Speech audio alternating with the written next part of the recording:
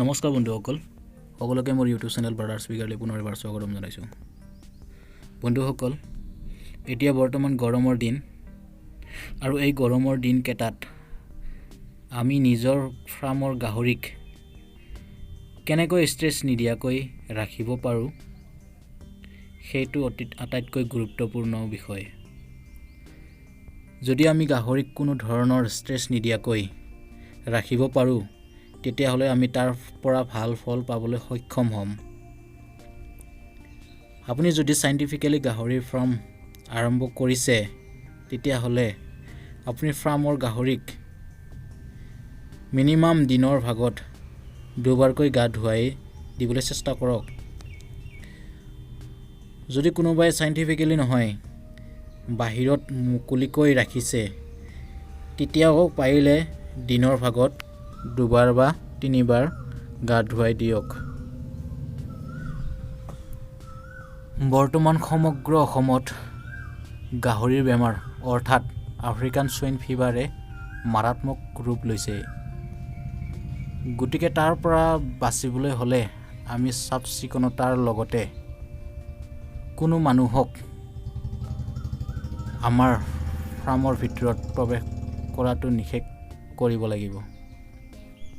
গাহৰি এনেকুৱা এটা জন্তু যাৰ দেহৰ ছালত কোনো ধৰণৰ ফুটা নাই, যাৰ কাৰণে সিহঁতে গৰমটো বেছিকৈ অনুভৱ কৰে। গতিকে বন্ধুসকল সিহঁতক যিমান ভালদৰে ৰাখিম সিমানে ভাল।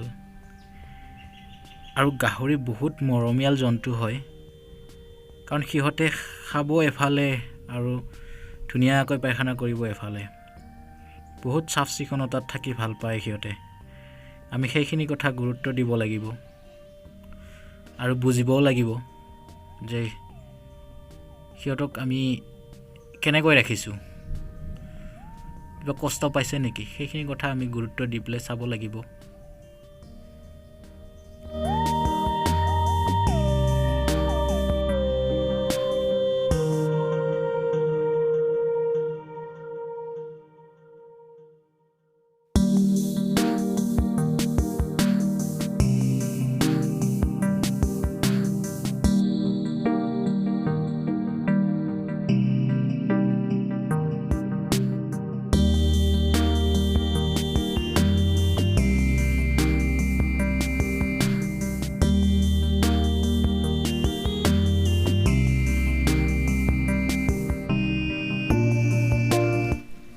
বন্ধুসকল যদি আপোনালোকেও পাৰে আপোনাৰ ফাৰ্মৰ গাহৰিবিলাকক 2-3বাৰ দিনৰ ভাগত গা ধুৱাই দিবলৈ চেষ্টা কৰক। কেতিয়া বহুত ভাল পাব, বহুত আৰামদায়ক হ'ব। কাৰণ দেখিছে আপোনালোকে মই মটৰ দি পানী দিয়াৰ পিছত সিহঁতে কেনেকৈ ইমান ধুনীয়াকৈ গা ধুই আছে। আৰু পাৰিলে আপোনালোকে খোৱা পানীটো চেঞ্জ কৰি দি থাকিব। গাহৰিয়ে বাহিৰা পানী খাবলৈ বৰ টান পায়, দানাও বাহিৰা দানা খাবলৈ বৰ টান পায়।